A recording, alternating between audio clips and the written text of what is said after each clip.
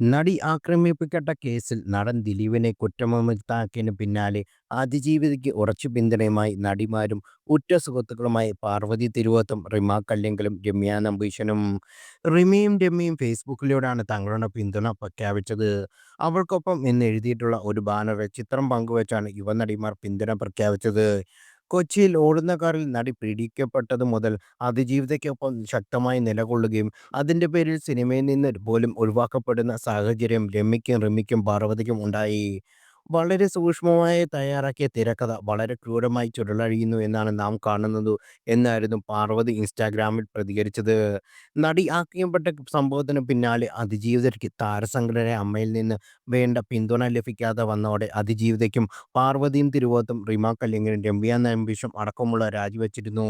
സിനിമയിലെ സ്വന്തം അവസരങ്ങൾ നഷ്ടപ്പെടുത്തിയാണ് ഇവർ അവർക്കൊപ്പം നിലകൊണ്ടത്. അമ്മയിൽ നിന്ന് രാജിവെച്ച് ഇവരെല്ലാം ചേർന്ന് വിമൻ ഇൻ സിനിമ കളക്ടീവ് എന്ന സംഘടനയും രൂപം നൽകി.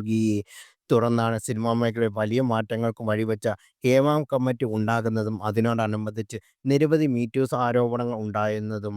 സിനിമാ മേഖലയിൽ ഇവയുയർത്തിവിട്ട പ്രതിഷേധ കൊടുങ്കാറ്റ് ദേശീയ തലത്തിൽ വരെ ശ്രദ്ധ നേടി. അതേസമയം അതിജീവിതയ്ക്കൊപ്പം അടിയുറച്ച് നിന്ന ഇവർക്കെല്ലാം നിരാശ നൽകുന്ന വിധിയാണ് ഇന്നുണ്ടായത്. ഇന്ന് രാവിലെ 11:15 എറണാകുളം പ്രിൻസിപ്പൽ സെഷൻ കോടതി വിധി പറഞ്ഞത്. നടി ആക്രമിക്കപ്പെട്ട കേസിൽ ദിലീപിനെതിരെയുള്ള ഗൂഢാലോചന തെളിയിക്കാൻ കഴിഞ്ഞില്ല എന്നാണ് കോടതി കണ്ടെത്തിയത്.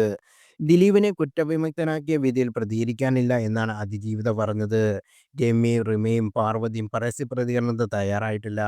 8 വർഷം നീണ്ട നിയമ പോരാട്ടത്തിന് ദിലീപിന് അനുകൂലമായി വിധി വന്നതോടെ നിയമപോരാട്ടം ഇനിയും നീളുമെന്ന് ഉറപ്പായി.